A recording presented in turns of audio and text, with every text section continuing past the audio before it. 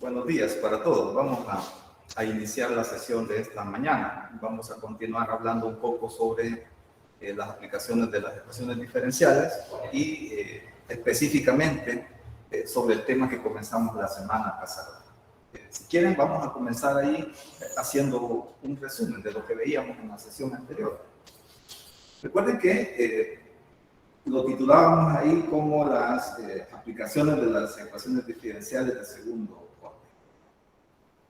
Partíamos de esta situación. Tenemos ahí un resorte que tiene una longitud L. Y este resorte está sujeto en la parte superior, de tal modo que está fijo en la parte superior. A continuación, le poníamos a ese resorte una masa. Obviamente esto va a causar que esto se mueva, experimenta vibraciones, pero al cabo de un tiempo decíamos que el sistema lograba una posición de equilibrio, que para nosotros era el y igual a 0, nuestra referencia. En esa posición, fíjense cómo el resorte se ha estirado a cierta distancia. Esa distancia que el resorte se estira, le llamábamos S, la distancia de acá.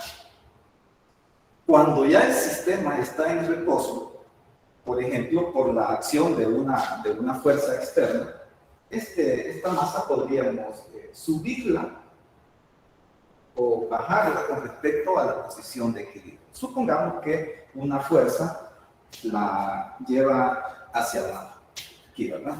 Estamos aquí. Recuerden que aquí el resorte proporciona una fuerza de restitución dirigida hacia arriba que equilibra en esa posición, equilibra al peso de esta masa. Entonces, si esto lo estiramos y soltamos, el sistema comienza a vibrar, ¿verdad? Y va a experimentar desviaciones con respecto a la posición de equilibrio que van a estar haciendo este movimiento. Y eso justamente es lo que estamos intentando modelar por medio de la función que describíamos, que encontramos en la sesión anterior, ¿verdad? Entonces, básicamente, esto es lo que vimos la sesión anterior.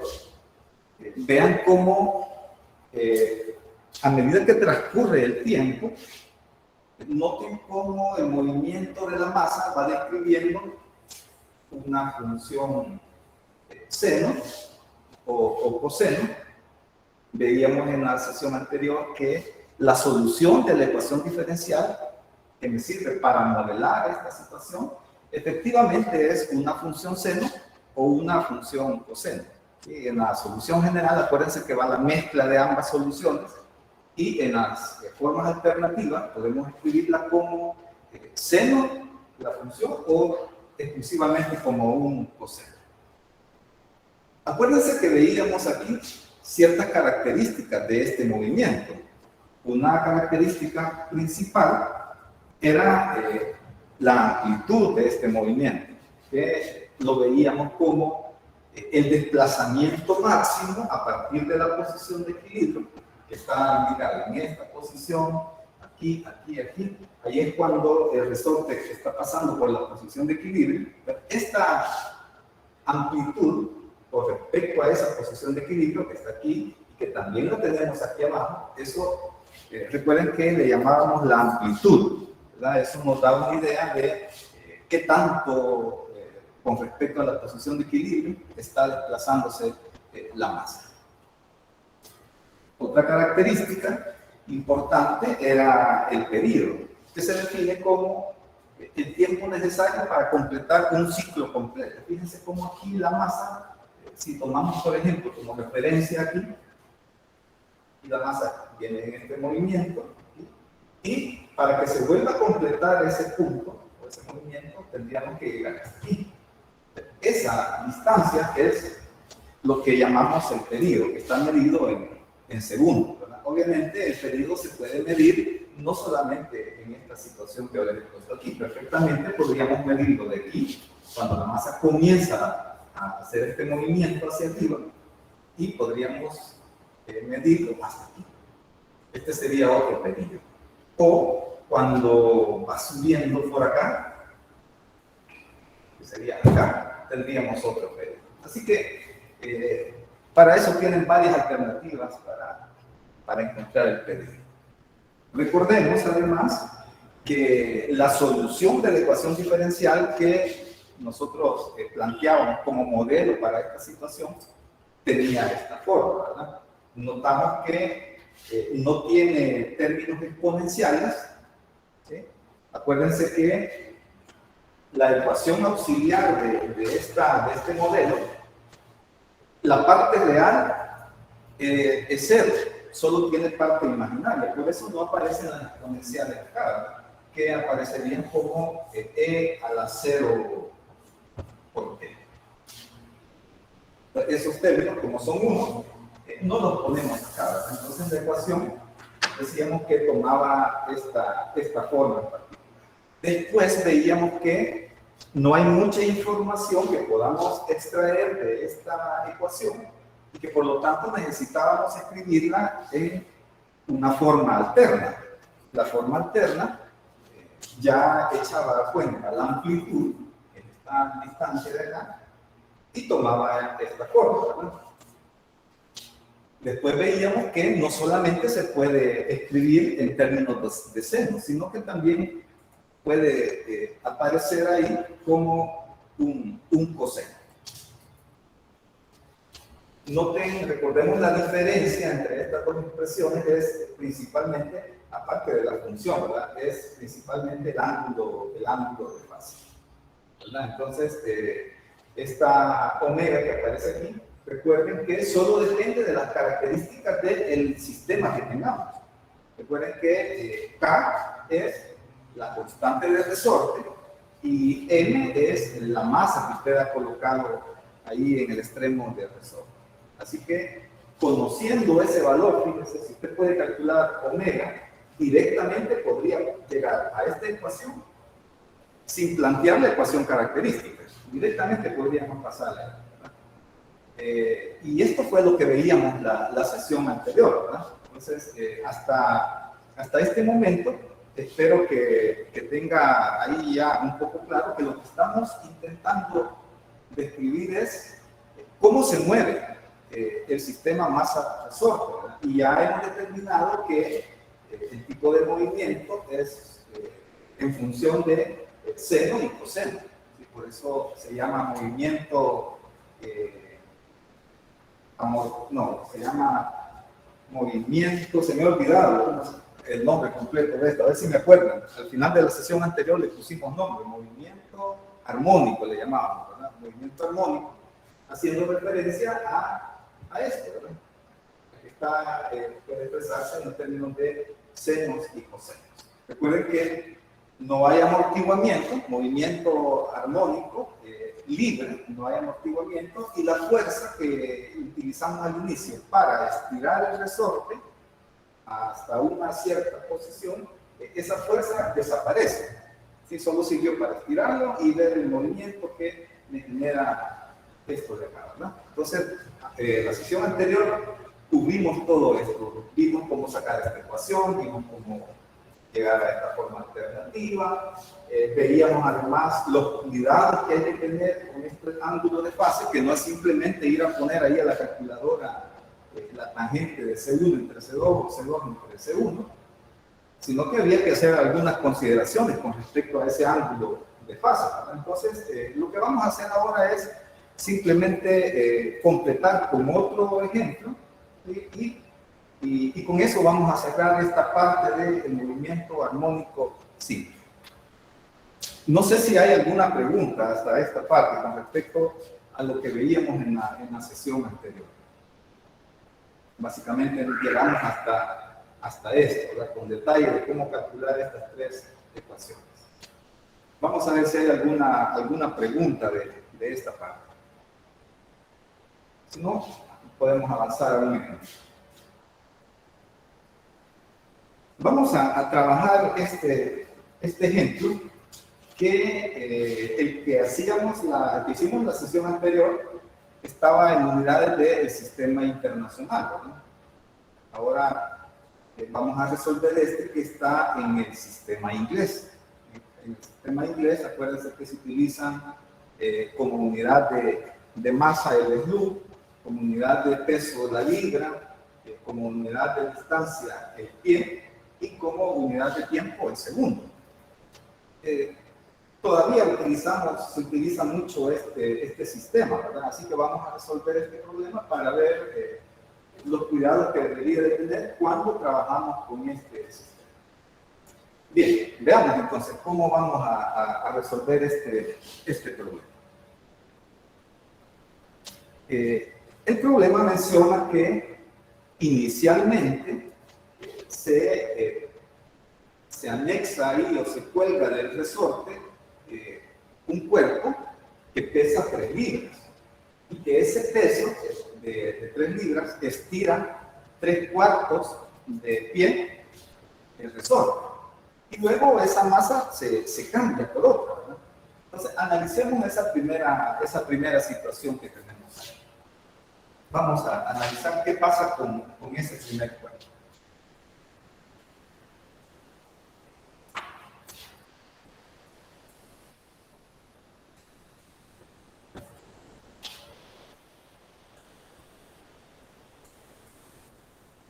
Generalmente, la constante de resorte puede no especificarse, ¿verdad? Pero entonces tiene que haber un experimento previo para determinar el valor de esa constante. Entonces, fíjense en esta situación que tenemos aquí. Aquí tenemos el resorte inicialmente. Recuerden que este tiene una longitud L que no afecta. La longitud del resorte en realidad no entra en ninguna parte de los cálculos, ¿verdad?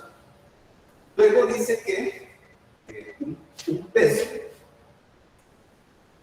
o un cuerpo que pesa 3 libras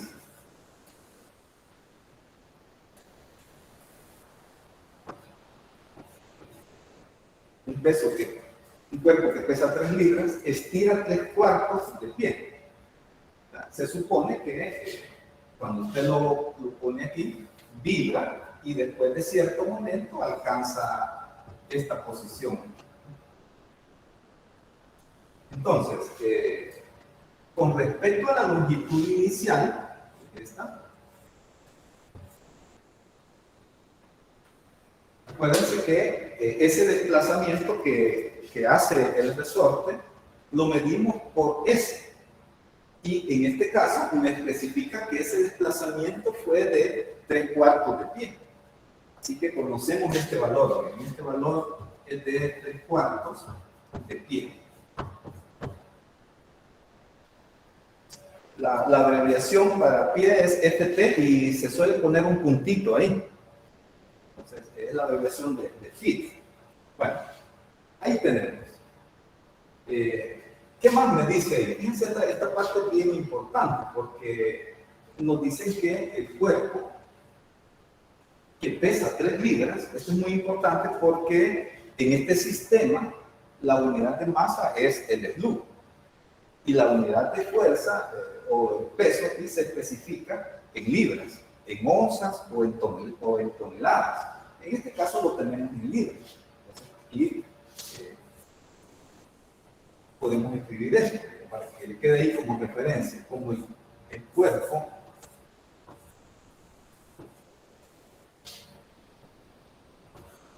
pesa 5 libras, esas 5 libras es la fuerza.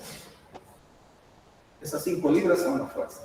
Ya no hay que multiplicarla por la gravedad, como en el sistema internacional, ¿verdad? Que para el peso se tiene que especificar masa por gravedad. Aquí no, en este sistema, si le dicen que es un cuerpo que pesa tantas libras, eso ya sería la fuerza. Ese es el primer cálculo que tenemos ahí, ¿verdad? Entonces, sabemos que esta fuerza que se experimenta aquí, la posición, tiene que ser igual a K por S, donde K es la constante del resorte, ¿sí?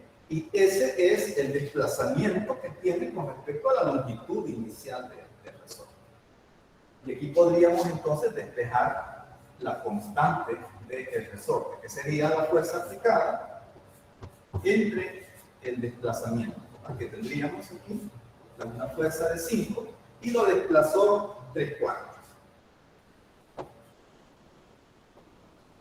Esto nos da una constante de 4. ¿Qué unidades va a tener esta constante? Esta va a tener libras por pie. Libras por pie. Vaya, ahí tenemos ya la primera consideración. Ese dato que no conocíamos inicialmente, que es la de la constante de resorte, si no lo conoce, tienen que darle un experimento previo para poder determinar. Entonces, este es el primer escenario, ¿verdad? Con el primer cuerpo. Después dice que ese cuerpo se quita y se pone otro que pesa 2 libras. Y este se suelta desde un punto que primero está... ¿Sí? No tendría que ser 3 libras la fuerza. Y en el problema es que dice como el cuerpo pesa 5 libras, no tendría que ser 3 libras. Ah, sí, perdón. Aquí, ¿verdad? Aquí es 3 libras. Gracias por la corrección. Aquí es 3, aquí es 3. Pero creo que aquí sí da 4. Voy a revisar. 3 sobre 3/4, sí, correcto. Gracias, Darío. Solo era que le había puesto ahí, no sé dónde me salió ese número 5. Bueno, esta es la condición inicial, ¿verdad? Esto solo le sirvió a usted para encontrar la constante de resorte. Ahora, vamos a analizar con el otro cuerpo. Aquí con el segundo cuerpo.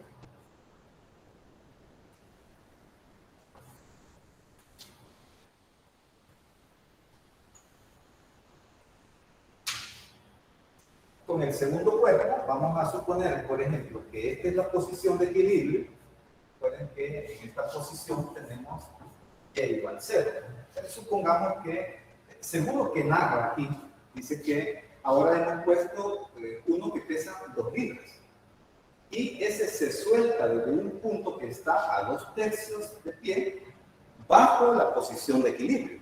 Es decir, que aquí el movimiento, cuando se quitó esta masa y se puso la otra, fue algo parecido a esto. Aquí está la masa. Ahora esa masa es de 2 libras. Esa masa es de 2 libras. Ponerla aquí. 2 libras. Y la distancia con respecto a la posición de equilibrio dice que es 2/3. Aquí tenemos que esta distancia es de 2/3 de pie. Ya me especifica que está bajo la posición de equilibrio. Bajo la posición de equilibrio. A ver si recordamos de la sesión anterior, esa información, ¿para qué me sirve? ¿O qué dato es ese que me están especificando aquí, que la masa se elevó hasta aquí, a 2/3 por abajo de esta posición de equilibrio? Este dato, ¿qué información me va a generar? A ver si nos acordamos. ¿Qué era esa información?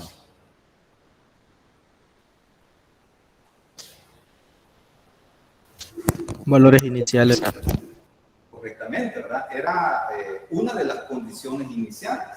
Acuérdense que como vamos a trabajar con una ecuación diferencial, necesitamos las condiciones iniciales. Entonces, acordémonos que aquí, en esta parte, recordemos que cuando estábamos aquí, ese desplazamiento con respecto a la posición de equilibrio, eso es lo que estamos modelando por medio de esta función y de t. Entonces, lo que vamos a especificar ahí es que esa y inicial, usted lo coloca así, usted dice y para t igual a 0, y de 0, es igual a 2/3.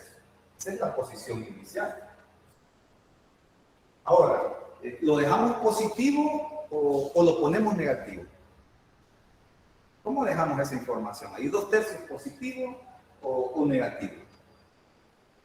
Sería positivo. Hay que recordar que es positivo, ¿verdad? Hay que recordar que según la convención que mencionábamos en la primera sesión, las distancias positivas, en este caso, van hacia acá. Eso es muy importante tenerlo en mente, ¿verdad? Las distancias positivas van hacia abajo. Así que todo lo que vaya hacia abajo va a ser positiva y algunas cosas que van a ir en sentido contrario, les vamos a poner el signo menos. Esta es la primera condición, ¿eh? El 0 es igual a 2/3.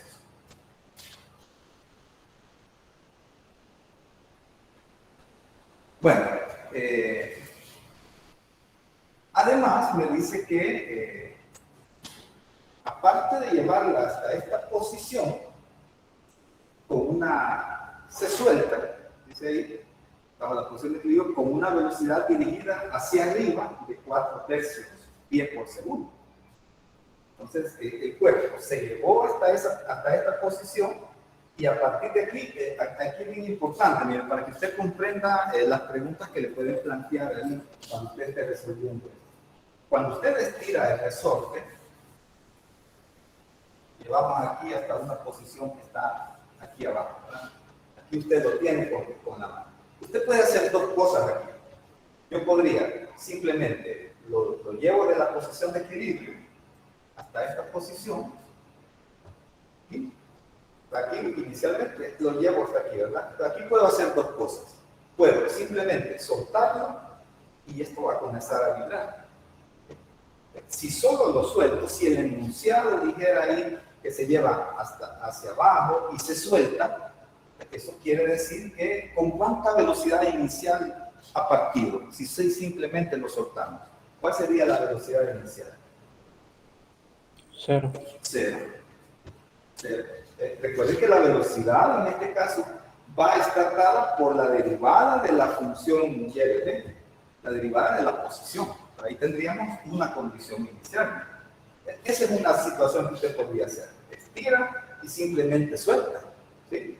Pero ¿qué otra cosa podríamos hacer? Puedo estirar y estando aquí yo podría hacerle un leve movimiento hacia arriba. Entonces aquí la velocidad inicial ya sería diferente de 0. Puedo hacerlo hacia arriba. Otra tercera cosa que yo podría hacer es, a partir de la posición de equilibrio, estirarlo y en lugar de hacerlo hacia arriba, hacer este movimiento. Entonces ahí le imprimiría una velocidad diferente de 0, pero hacia abajo, y lo suelto, ¿verdad? Aquí y me quito. Y esto comienza a vibrar. Entonces, aquí en esta posición, la velocidad puede ser positiva o negativa, dependiendo de cómo usted haga el movimiento. Si simplemente la suelta, es 0. Si la empuja, es diferente de 0. Y si la ala un poquito, también resulta ser diferente de 0 la velocidad.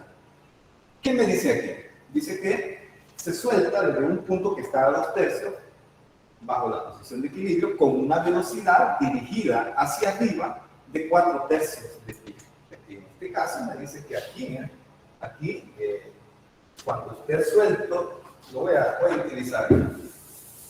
Cuando soltamos el bloque, dice que tiene una velocidad que va dirigida hacia arriba, ¿sí? Una velocidad de 4/3 de pie por segundo. Ahora, la pregunta es, ¿positiva o negativa esa velocidad? ¿Cómo pondrían esa velocidad? ¿Positiva o negativa? Sería negativa. Sería negativa, correcto. Por nuestra convención de que las distancias positivas van medidas hacia abajo, ¿verdad? Entonces, en este caso, la velocidad tendríamos que ponerle que es negativa.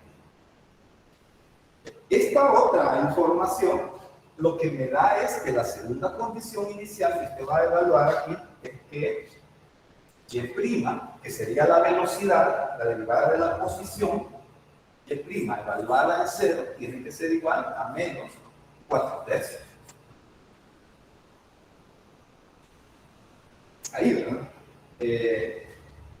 Hasta ahí estaríamos en la primera parte. Aquí ya estamos listos, ya tenemos las condiciones iniciales, falta escribir nuestro modelo nada más. Vamos con esa parte.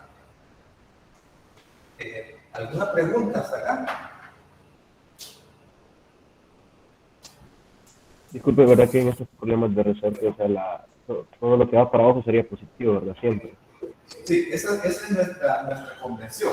A partir de aquí, de y igual a 0, nuestra convención es positivo acá y negativo acá, ¿verdad? Entonces, como esta va hacia arriba, negativa.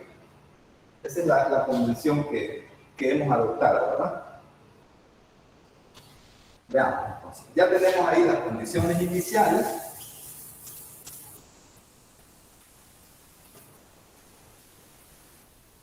Y ahora vamos a pasar a nuestro modelo matemático. Acuérdense que la ecuación con la que estábamos trabajando era m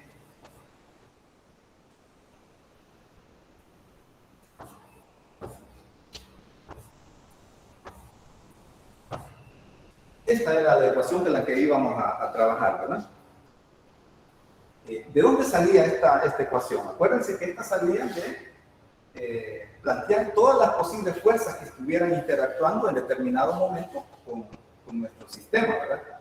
Este primer caso que estamos estudiando, recuerden que no hay amortiguamiento, no hay fricción, no hay ningún tipo de que lo pueda detener, y entonces todos los términos eran cero a excepción de la fuerza de restitución del resorte. Era eso, ¿verdad? Bueno, a partir de ahí, de este modelo, recuerde que necesito aquí poner la masa. Necesitamos poner la masa ahí. En este sistema con el que estamos trabajando, ¿sí? Estos que tenemos aquí son libras. Algunos le llaman libra fuerzas, ahí, ¿verdad? Hacen la referencia a libra fuerza. Pero esto es unidad de fuerza. Unidad de fuerza. La masa en este sistema se mide en una unidad que es esto tiene una masa, está medido en una unidad que se llama SLUG. Entonces vamos a calcular cuánto es esa masa para poder ponerla en esta ecuación. Vamos a hacer el cálculo, si quieren hagámoslo por aquí. Sabemos que la fuerza de restitución del resorte, que es K por S, esa fuerza de restitución está asociada con el peso, ¿verdad? Fuerza es igual a mg. Entonces, como hemos colocado aquí una masa, recuerden que esta masa es diferente con la que iniciamos. Esta tiene 2 litros. Esta sería la fuerza aquí. 2 igual a m. Y recuerden que en este sistema la gravedad tiene un valor aproximado de 32 pies sobre segundo cuadrado, ¿verdad? Entonces aquí tendríamos 32 pies sobre segundo cuadrado. La única incógnita que tenemos ahí es la masa de este cuerpo que se ha colocado ahí, ¿verdad? Entonces ven que la masa sería un 16 y la combinación de estas unidades me va a dar SLUG.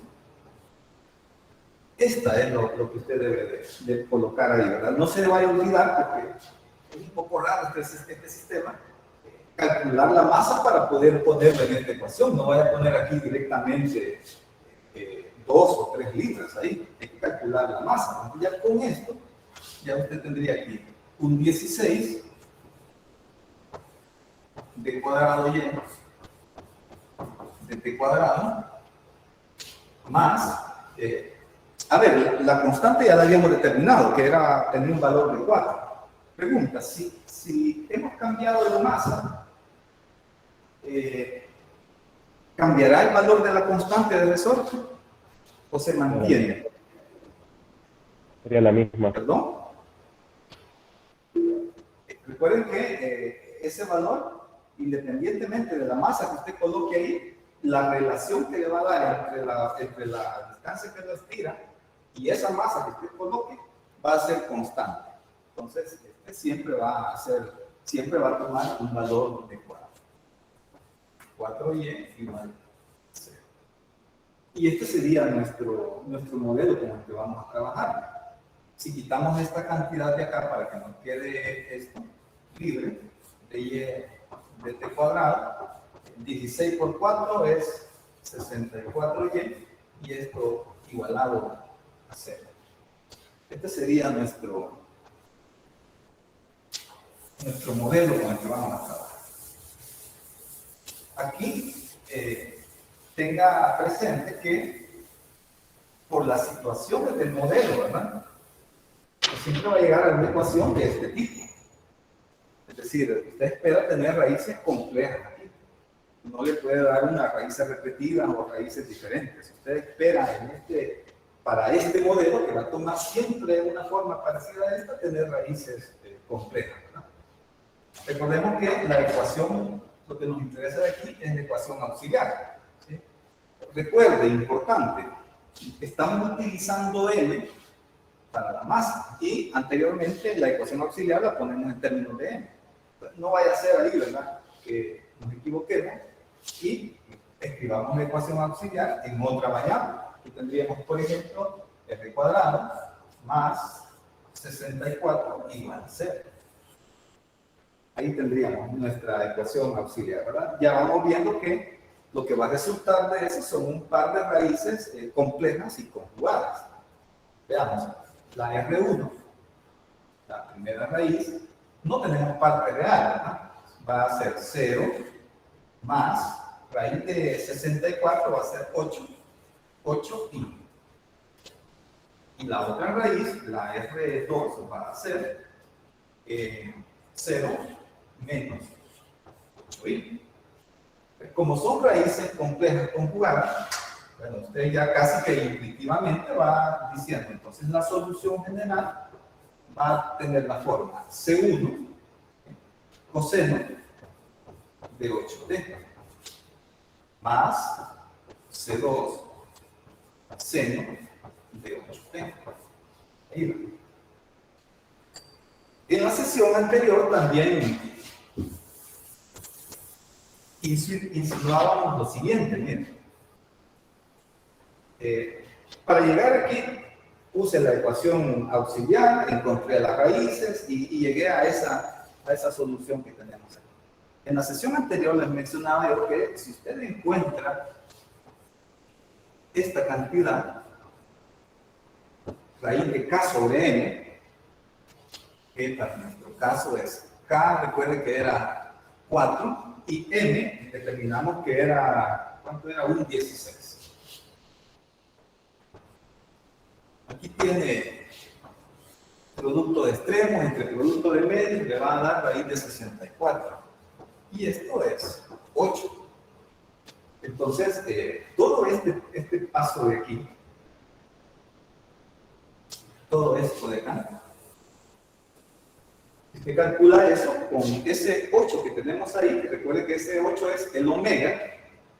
Entonces usted directamente de aquí ya podría decir que y de t va a ser C1, porque usted sabe perfectamente que va a obtener para este modelo, para este primer modelo, usted va a obtener raíces completas conjugadas. No puede obtener raíces idénticas ni raíces diferentes.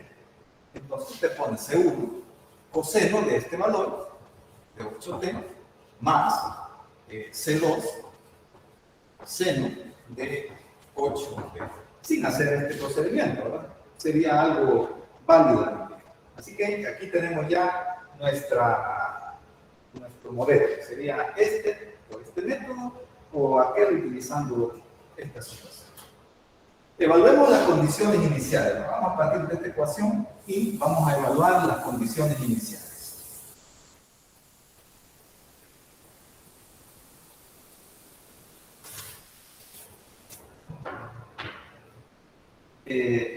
Para evaluar la condición inicial, vamos a necesitar calcular la derivada de esta función, la derivada de nuestra posición para poder evaluar este dato, ¿verdad?, de la velocidad. Así que calculemos la derivada de esto.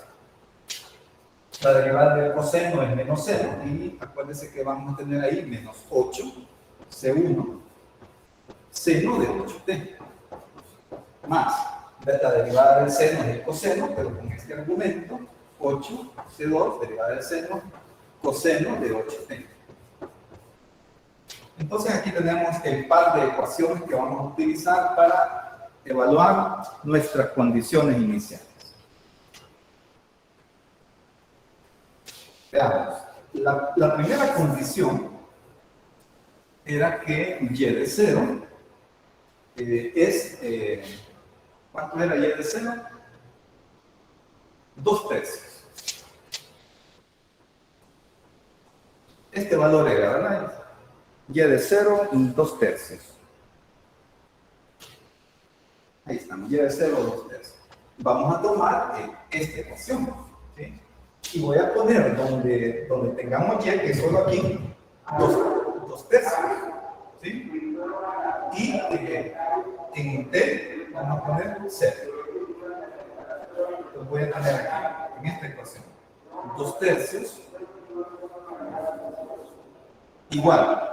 Recuerde que el coseno de 0, porque aquí voy a tener 0, ¿verdad? Porque t vale 0, 8 por 0, 0, voy a tener coseno de 0. El coseno de 0 es 1. El seno de 0, este término va a desaparecer. Así que aquí voy a tener 2/3 igual a C1. Es decir, la primera constante la encontramos directamente. C1 vale 2/3.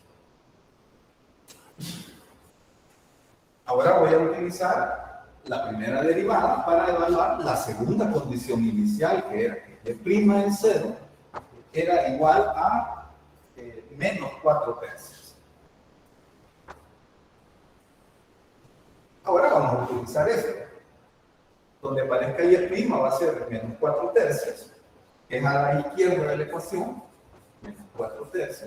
Y ahora voy a tener este término va a ser 0, porque voy a tener aquí seno de 0, y todo este término va a ser 1, porque voy a tener coseno de 0, que es, entonces tengo aquí 8 ceros, igual a 8 por C2. De aquí encontramos, ¿verdad?, que la C2 vale menos un sexto, me parece. Menos un sexto. Y ya tenemos entonces listo nuestro modelo para refinarlo a este nivel. Cambiamos las constantes por esos valores que hemos tenido ahí. Entonces aquí tenemos y de t, la respuesta a este literal. La función y de t que describe el movimiento resultante. Nuestra y de t sería C1, el C1 vale 2/3 por el coseno de 8t. Más C2, pero C2 es menos un sexto. Menos un sexto, seno de 8t. Esta sería la respuesta a literal A. La ecuación que modela ahí la posición o que describe el movimiento resultante. Cuando usted vea esto, tiene que pensar en la imagen que le puse yo, ¿verdad? Una masa que está oscilando y que en ese movimiento describe una onda de seno o una combinación de una función seno y coseno. Ahí está. La parte B. ¿Cuál sería la forma alternativa de esta ecuación?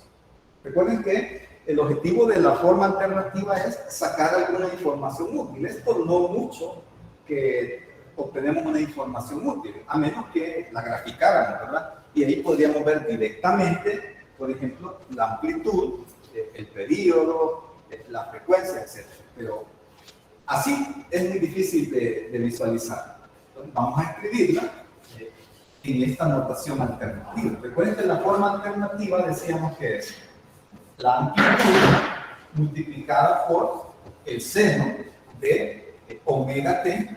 Este omega ya lo determinamos, es 8t, omega t, y aquí más el ángulo de fase phi.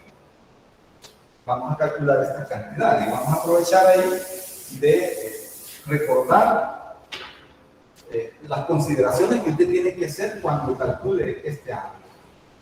Recuerde que la amplitud, ¿cómo se calculaba? A ver si nos acordamos, ¿cómo calculábamos esa amplitud? ¿De dónde? ¿De qué depende la amplitud? ¿En función de qué está esa amplitud? De C1 y C2.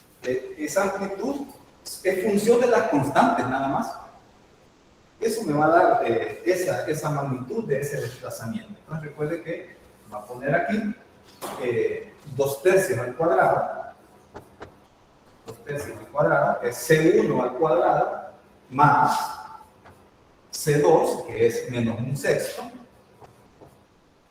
al cuadrado. Aquí recuerde, esta magnitud, esta amplitud, jamás le va a quedar aquí algo restado, aunque la constante sea negativa, porque lo que usted eleva es al cuadrado el valor de esa constante. Así que aquí, en esta expresión, usted siempre, sin excepción, va a tener la suma de dos cantidades. No podría tener ahí una resta.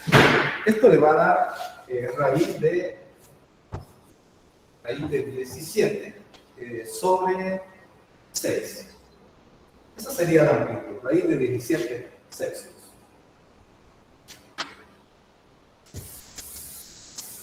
Ahora, vamos con la parte del ángulo de fase.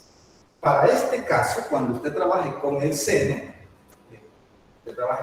recuerde que este ángulo está dado por la tangente inversa, o si quieren, planteémoslo como desde la tangente. La tangente de phi es igual a C1 sobre C2. Eso, C1 sobre C2. Esto le dice que tenemos aquí C1 y aquí tenemos C2. Entonces, para este caso en particular, usted tendría que la tangente del ángulo phi va a ser igual a C1, bueno, C1 nos dio 2/3 entre C2. C2 nos dio menos 1/6. Si usted simplifica esta cantidad, esto le va a dar menos 4. Y va a simplificar eso. Aquí tiene 6 por 2, 12 entre 3, 4 y el signo menos, ahí lo tenemos como menos 4. Ahora, la clave de esto, del ángulo, para que usted no se vaya a equivocar ahí, porque si se equivoca aquí, la expresión que usted va a obtener ya no sería equivalente a esta. Ese es el problema, ¿verdad? La expresión ya no sería equivalente a esta. Entonces, mire el procedimiento. Recordemos el procedimiento. Decíamos, C1 es el numerador, está aquí, es positivo. Entonces, C1 está aquí. Supóngase que esta distancia es 2/3. C2 es negativa. Entonces, no puede estar aquí, sino que tiene que estar aquí.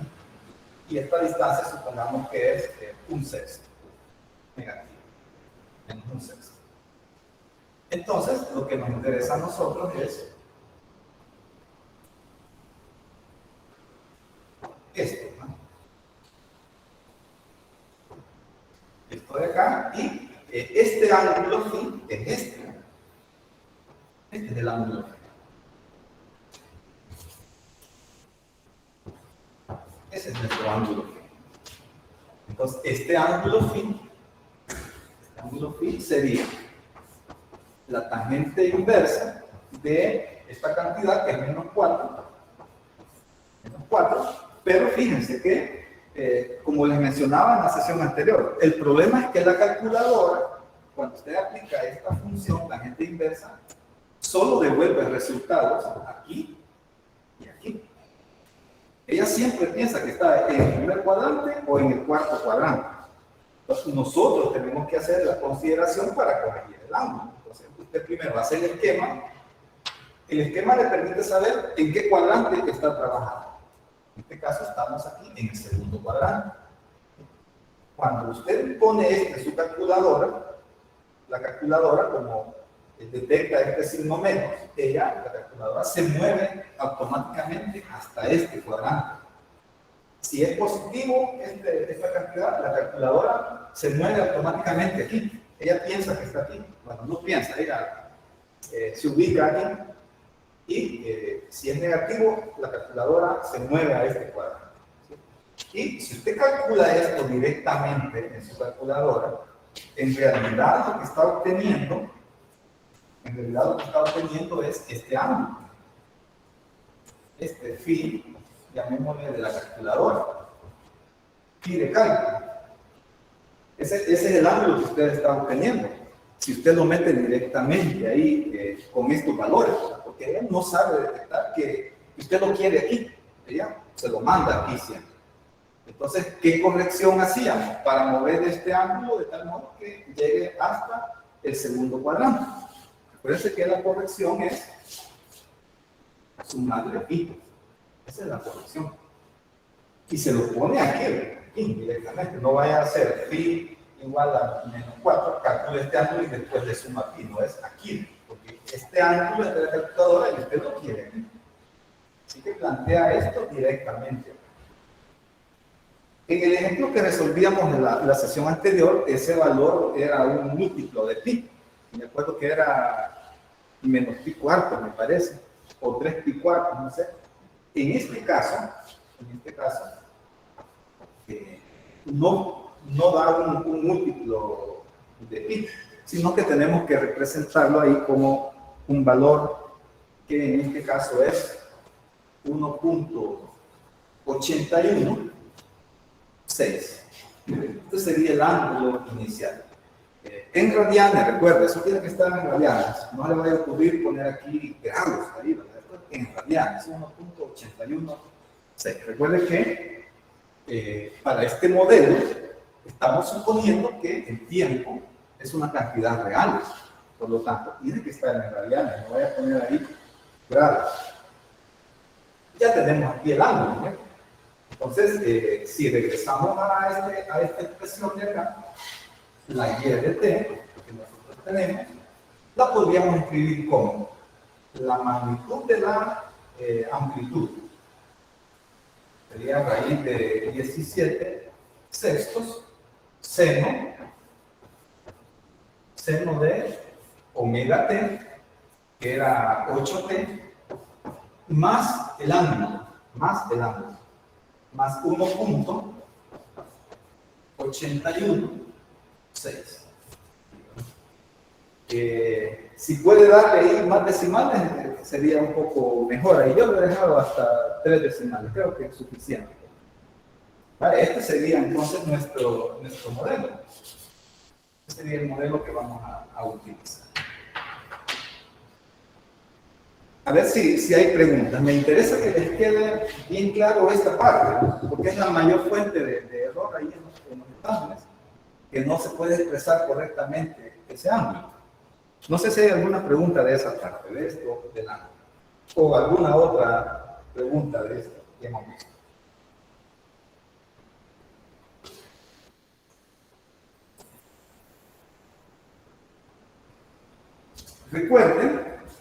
Recuerden que también esta ecuación, esta que tenemos aquí, también la podíamos escribir de manera alternativa como una y de t que era a, y en lugar de seno, la escribíamos como coseno de omega t, y aquí, en lugar de ponerle más phi, le poníamos menos de phi.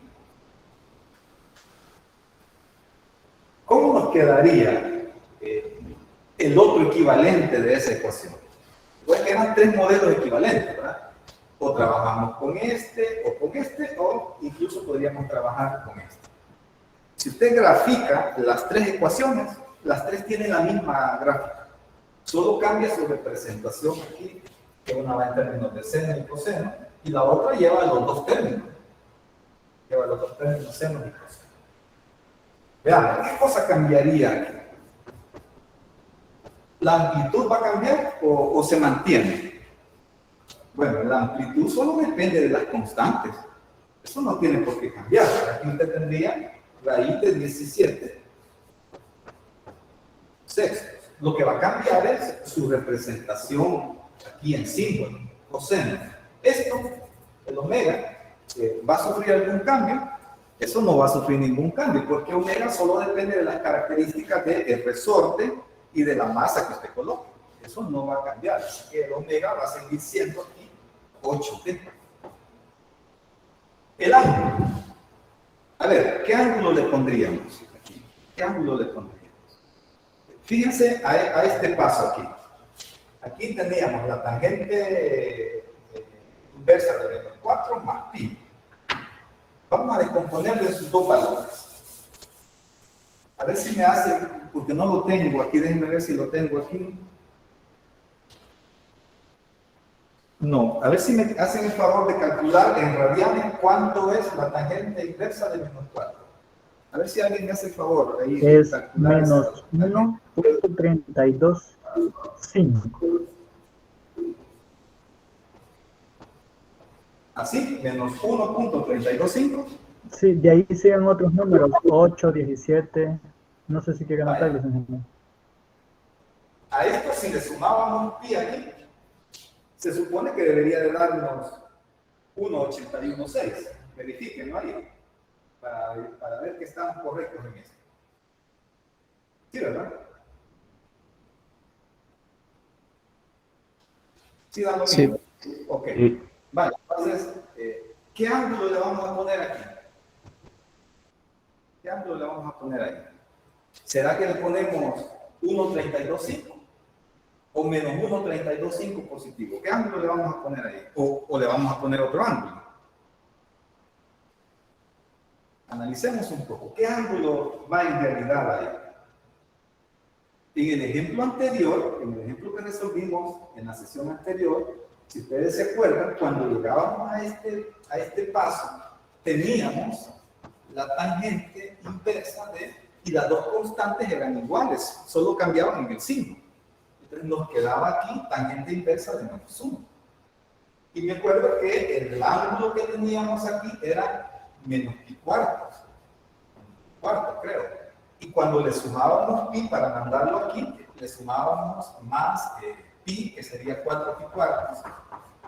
¿Sí? Aquí notaba que el ángulo era de 3 pi cuartos. 3 pi cuartos. ¿Sí? Y eso se lo poníamos a este modelo, al modelo del seno. ¿Sí? Y cuando pasamos al otro modelo, al del coseno, en lugar de ponerle 3 pi cuartos, le poníamos, como es menos pi, le poníamos menos pi cuartos. Si ustedes se acuerdan, en la sesión anterior, aquí llevaba 3 pi cuartos y aquí llevaba pi cuartos positivo. Entonces aquí, ¿qué ángulo le vamos a poner? ¿Qué ángulo le pondríamos ahí? ¿Está ya listo el ángulo aquí para poder calcularlo? ¿O tenemos que hacer otro análisis, otro pequeño análisis para meter ese ángulo en esta otra notación? ¿Qué piensas? Podría ser el mismo, pero con signo cambiado. El menos 1.325. Cambiado aquí, positivo. O sea, no quedaría menos 1.816. O sea, ya metió una fórmula. Ya todo el valor. Ya con todo el valor ahí. Vaya. Ahí quiero que tengan mucho cuidado a la hora del examen. Fíjense que por eso les recordé esto del caso anterior. En el caso anterior se notaba que jugábamos con el 3 pi cuartos y este menos pi cuartos porque las dos constantes tenían el mismo signo. El mismo valor, pero diferentes signos. Entonces, cuando usted hacía el cociente de ellas, no importaba si era C2 entre C1 o C1 entre C2, no importa. Siempre le iba a dar menos 1. Siempre le iba a dar menos 1. Entonces, claro, eso le va a traer que va a tener o este ángulo o este. ¿Sí? Pero cuando usted trabaje con este modelo de acá, la cosa cambia. No simplemente es de trabajar con este ponerlo positivo o negativo. Aquí funcionó porque esto era menos 1. Porque este cociente nos iba a dar menos 1 siempre. Pero recuerden que en este modelo de coseno, cambia. Aquí ven. En este modelo de coseno, usted calcula la tangente del ángulo como C2 entre C1. En el primer ejemplo, como eran iguales, siempre me daba menos 1. Entonces me iba a dar el mismo resultado. Pero fíjense cómo cambia ahora, ¿no? Porque las constantes son diferentes. C1 entre C2. Aquí, con el modelo de coseno, usted plantea C2 entre C1. Veamos si me produce algún cambio eso. Analicemos si me lleva algún cambio. En este supuesto tendríamos los ejes puestos de esta manera.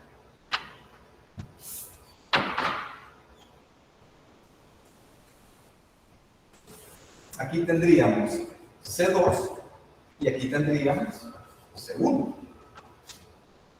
Analicemos. C1 era 2/3. Es positivo. C1 es positivo. C2 menos 1/6. C2 es negativo. Entonces, aquí se me forma este ángulo de fase que es el que queremos. Este phi de acá. ¿Le voy a aplicar alguna corrección a ese ángulo? No, usted lo mete a la calculadora y ese que le dé ahí, ese es el ángulo. No tiene que hacer ninguna corrección. Si le dan, recuerde, si le dan el primero o en el cuarto cuadrante, ese valor que le está dando ahí la calculadora, ese es el ángulo que usted va a meter aquí a estas formas alternas. Pero fíjense aquí, aparte de cambiar esto, la ubicación del plano, con esto usted ya sabe que no va a corregir. Pero fíjese cómo el valor del cociente también cambia. En el primer ejemplo no cambiaba porque las dos constantes tenían el mismo valor, solo cambiaban su signo. Pero fíjese aquí usted diría, bueno, ya sé que no va a corregir, ¿verdad? Aquí la tangente de phi es C2, que era menos 1/6, entre C1, que es 2/3. Si usted hace esto, aquí va a tener producto de extremos.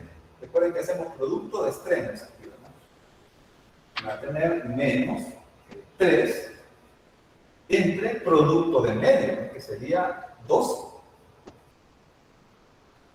Fíjense cómo aquí, cuando usted saca tercera, y aquí miren, la tangente de phi le queda menos 1/4.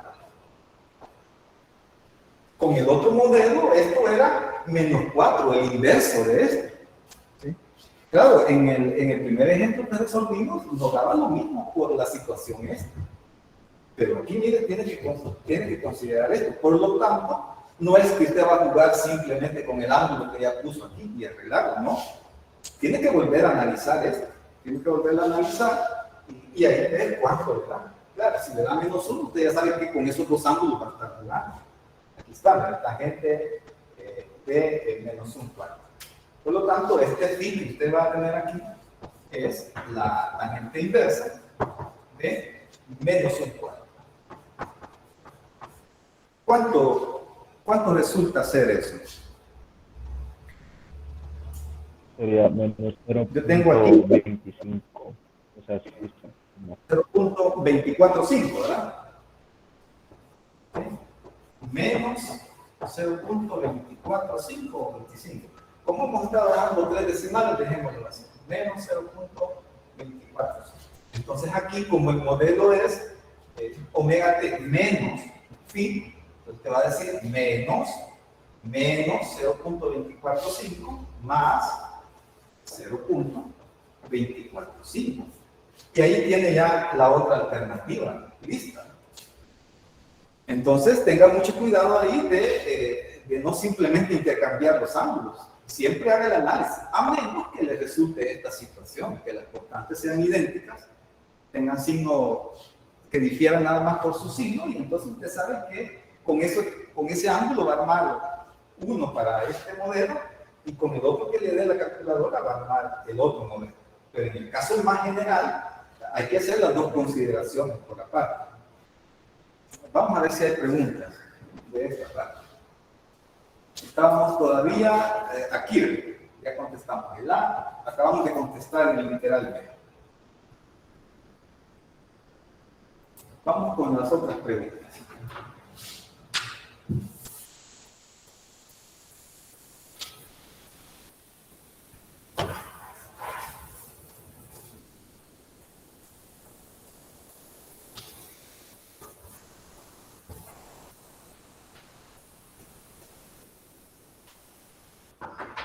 En la sesión anterior gastamos un buen tiempo haciendo el bosquejo de la gráfica de Y de T, ¿no? Recuerden que, por ejemplo, esta función que estamos graficando aquí, esperamos que las características de ella son estas.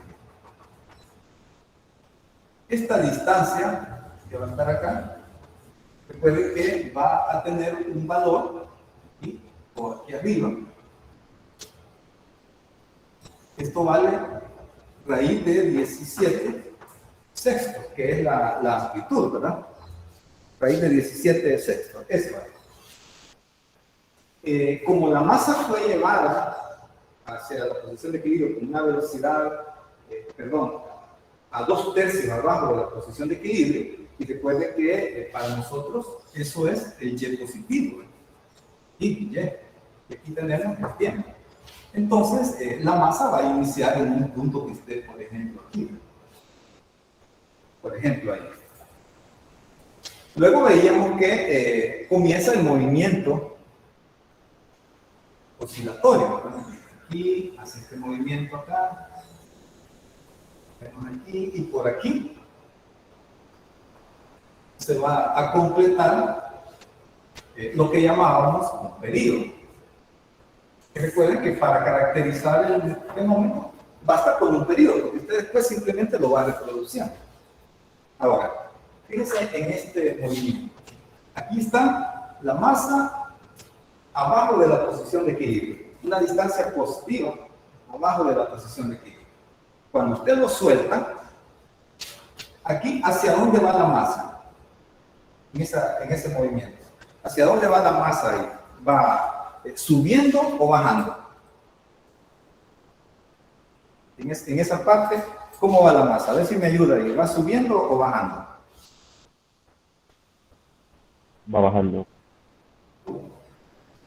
Acordémonos. La condición es aquí, ¿verdad? Estiramos el resorte, por aquí está la posición de equilibrio. Estiramos hasta ¿cuánto? Hasta 3/4, no, hasta 2/3, ¿verdad? Hasta 2/3. Aquí tengo 2/3. Bien. 2/3 ahí, lo estiramos hasta aquí. Y además le imprimimos una velocidad hacia acá. Ahí, ¿verdad? Entonces, ¿qué va haciendo en esta parte la masa? ¿Va subiendo o va bajando con respecto al movimiento que hicimos aquí? Eso es muy importante que lo ubiquen. ¿Subiendo o bajando? ¿Qué le ponemos ahí en ese descriptor?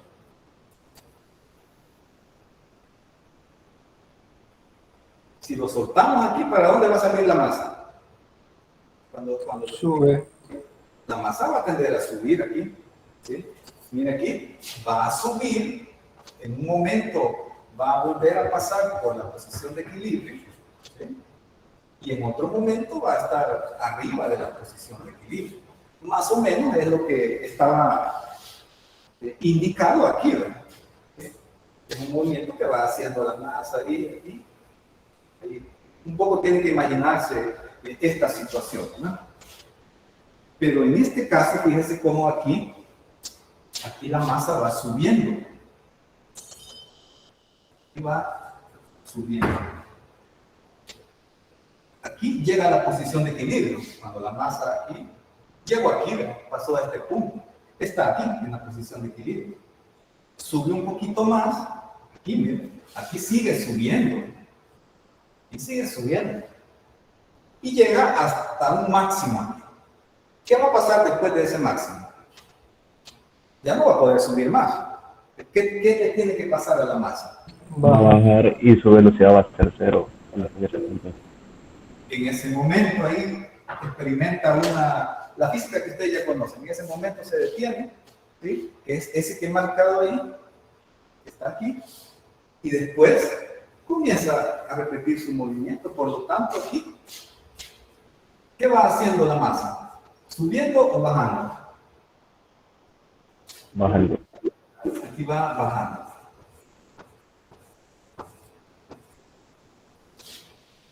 Creo que se ve rojito no mucho. Bajando. Llega a la posición de equilibrio, aquí. Y ahí lo que hizo la masa fue, estaba aquí.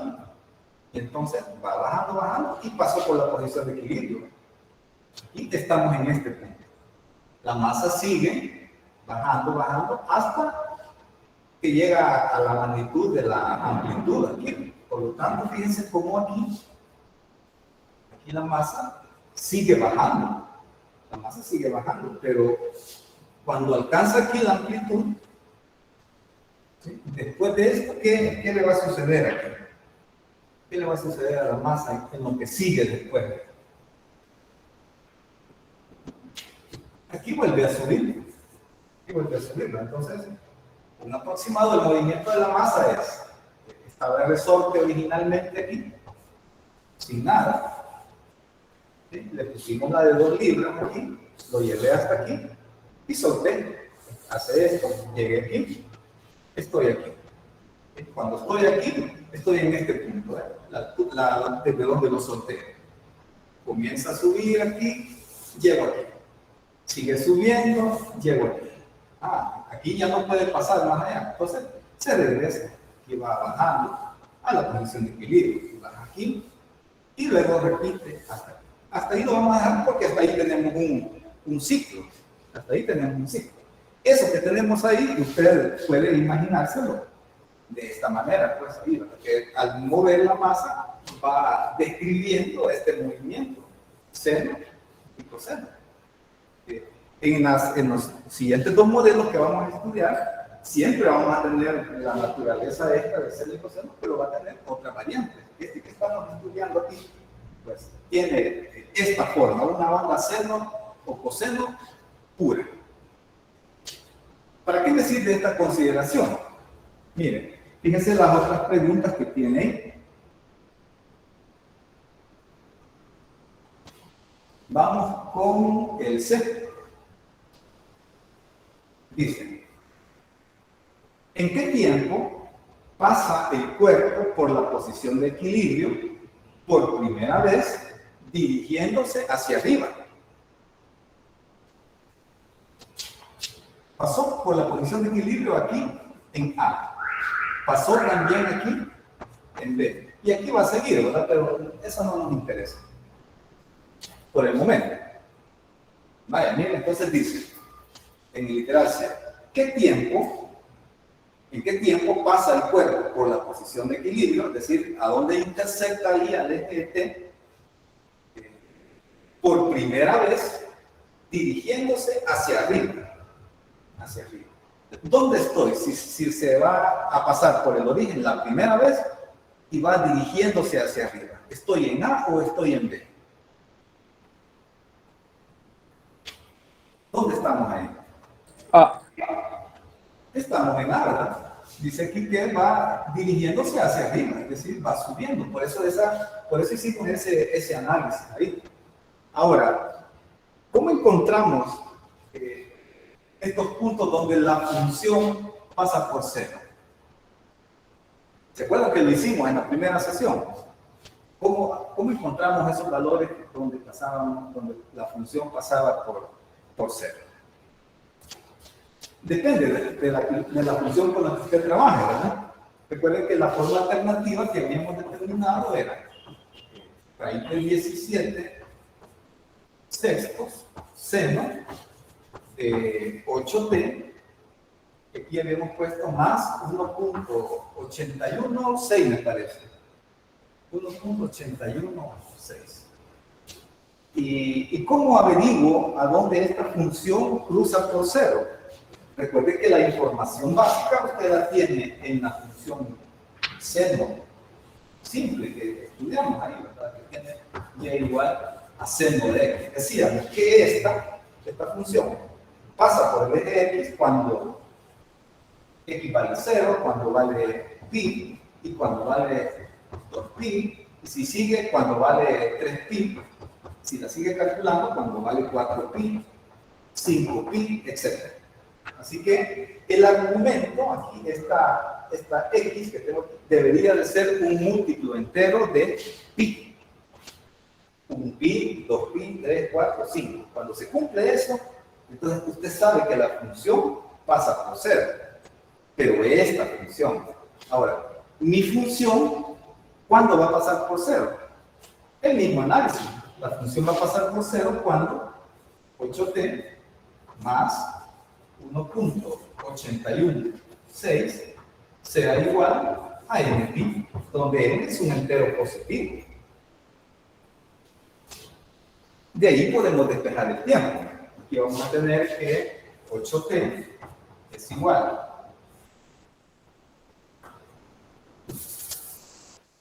a n-pi menos 1.816 y de aquí despejamos el tiempo. Tiempo va a ser igual a n-pi menos 1.816 sobre 8. Entonces, lo que tenemos que hacer es irle dando valores a n, y esos me va a dar este valor, me va a dar este valor y lo que sigue. Yo estoy interesado en encontrar este valor. Ahora la pregunta es ahí, ¿para qué valor de n se cumple? ¿Para qué valor de n se cumple? Porque recuerden que este es el modelo, no hemos hecho la gráfica exactamente, ¿verdad? Hemos intuido que por parecerse al anterior tiene que tener esa forma.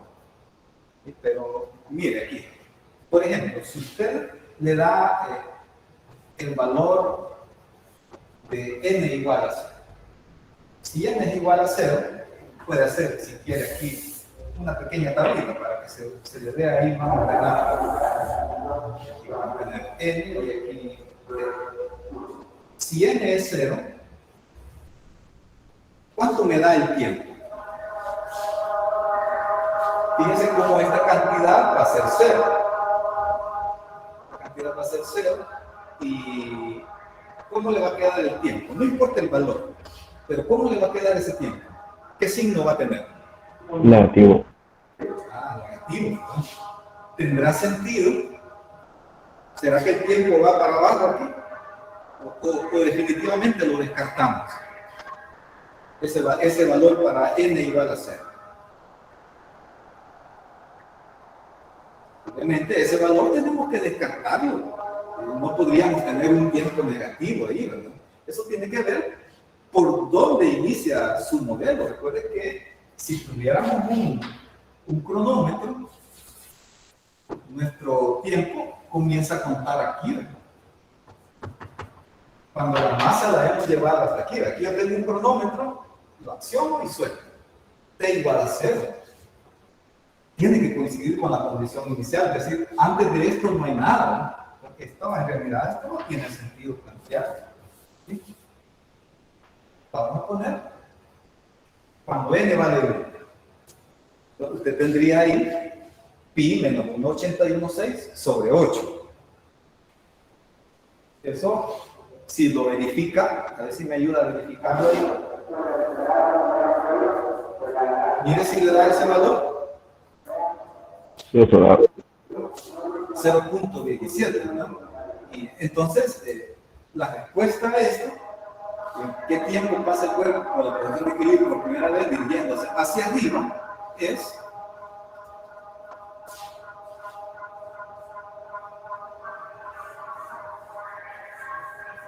cuando t es igual a 0.17 segundos. Ahí estamos seguros que estamos aquí. ¿En qué tiempo pasa el cuerpo por la posición de equilibrio por primera vez dirigiéndose hacia abajo?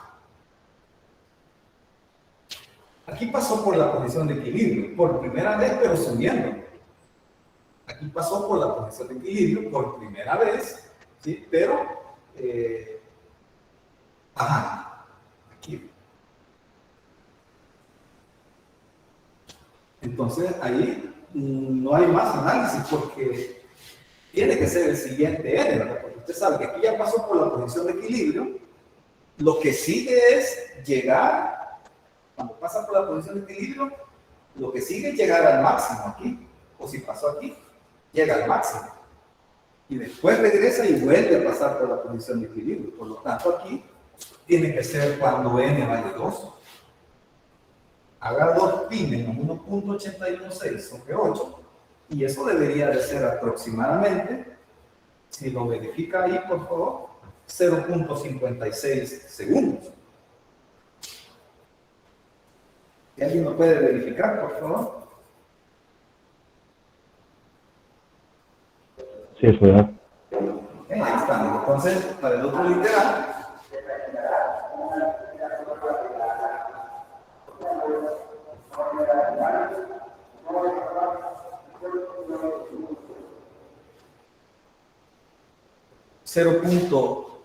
.56.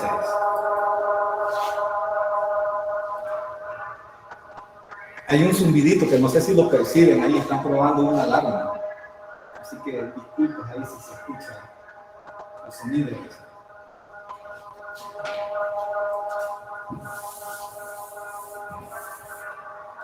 Parece ovni que anda merodeando por aquí, pero es simplemente una alarma. Veamos esto. Determine la posición y la velocidad al cabo de un segundo. Indique a dónde está la masa en ese segundo, arriba, abajo, y hacia dónde se dirige, hacia arriba o hacia abajo. Vamos con ese otro video. Lo voy a hacer aquí. Creo que se logra visualizar bien, no quiero tener problemas. Vamos a ver. Lo que me están diciendo ahora es que encuentre la posición al cabo de un segundo. Si usted toma y y lo evalúa para un segundo, lo que va a obtener es la información de a dónde está la masa en un segundo. Vamos a tomar el modelo, raíz de 17 sextos, seno de 8t, como t vale 1, entonces solo tengo seno de 8 más 1.816. Y eso me va a dar la posición de la masa cuando usted tiene un segundo. A ver, ¿cuánto nos da eso? Si alguien lo puede verificar ahí. Yo tengo aquí que me da, si me lo pueden verificar, menos 0.26. En radianes, recuerden que tiene que estar su calculadora en radianes. A ver si está correcto ese valor. Si alguien lo puede verificar. Sí. ¿Y aquí qué significa este signo menos? Está arriba. Sí, Más o menos. Correcto, no vaya a pensar que en este modelo y decir, bueno, no tiene solución porque me dio una distancia negativa, no. Tiene que ver con la recurrencia. ¿Sí? Entonces, aquí le está diciendo, la posición indique si está abajo o arriba de la posición de equilibrio. Entonces, ¿dónde está la masa en ese punto? ¿Arriba o abajo de la posición de equilibrio? Está arriba de la posición de equilibrio.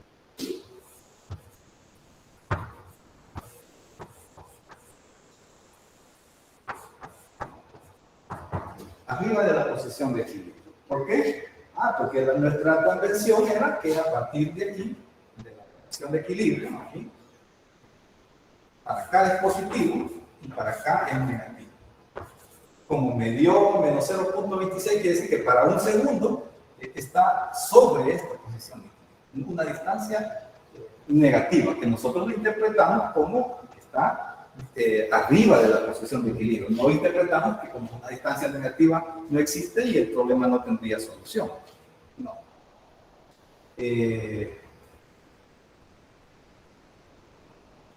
¿Hacia dónde se dirige?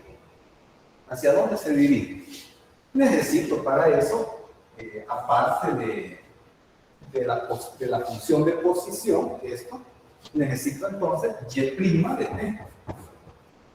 ¿Cuál sería y' de t? La derivada de esta función. Al derivar esta expresión, recuerde que todo esto va a estar afectado por 8. Entonces voy a tener aquí 8 por raíz de 17 sextos, ¿sí? Derivada del seno, coseno de 8t más 1.816. Esa sería la derivada. Eso me va a dar, eso es la velocidad. Ahora lo que yo quiero es averiguar cuánto es la velocidad para t igual a 1.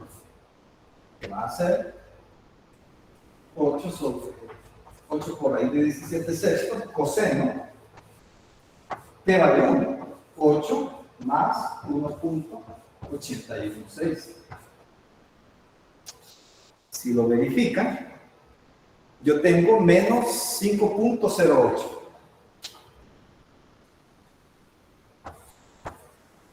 Menos 5.08. ¿Qué son esos? ¿Qué unidades tiene esta? Se nos olvidó, ¿verdad? ¿Qué unidades serían aquí? 10.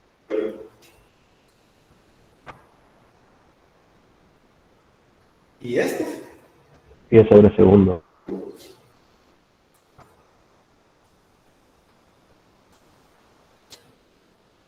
¿Está correcto el valor?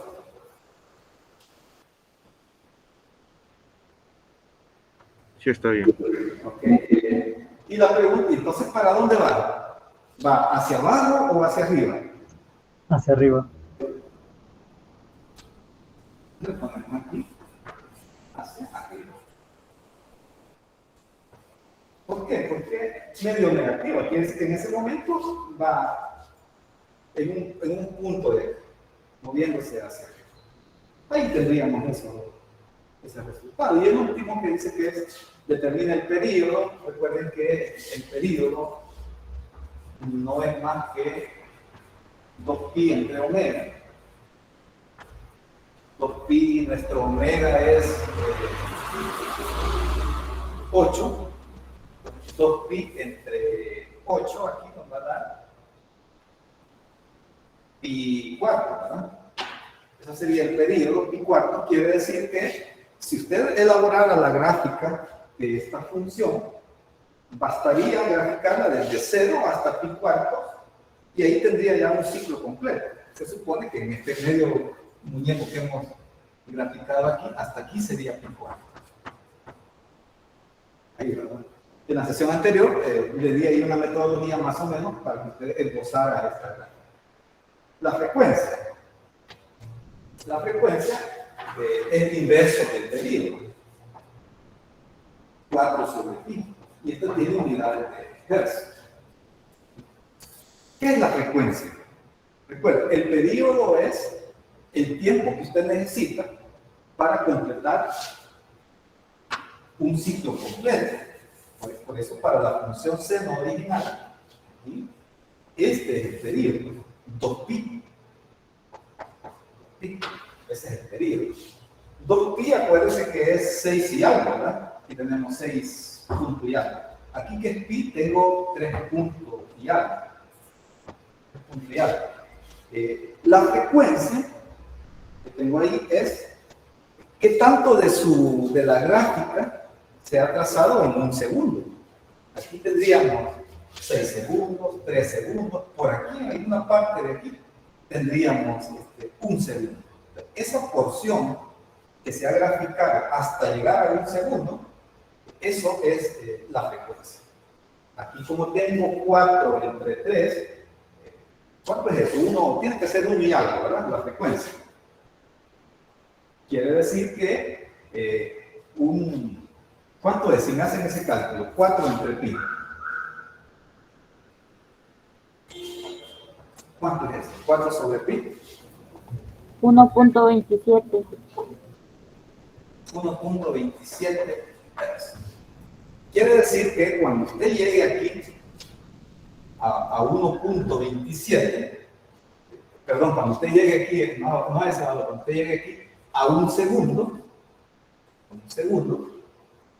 se habrá trazado un periodo completo de esta onda cero que tenemos aquí, un periodo completo, y 0.27 de la siguiente. Esa es la interpretación de la frecuencia. Es decir, ¿cuántas gráficas tiene usted en un segundo? En este caso tendría una completa y 0.27 de la siguiente. 1.27 y las unidades son Hz.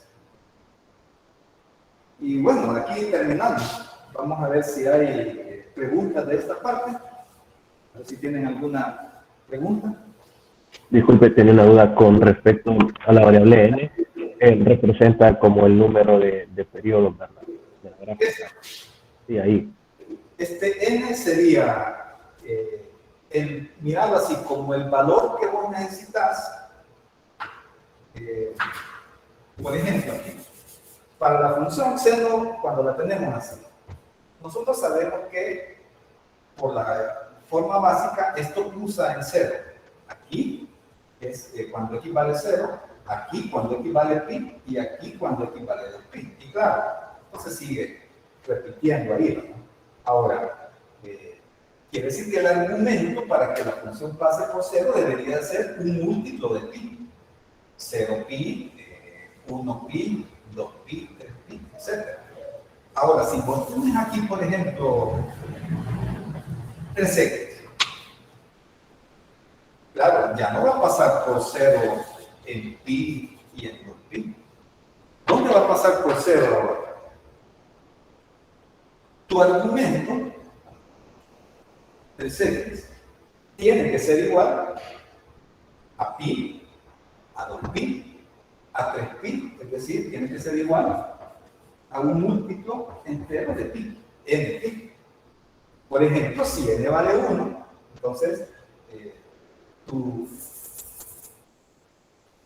si n vale 1, tendrías aquí pi, que quiere decir que en esta gráfica va a pasar por 0 en pi tercios, ya no aquí en 2pi.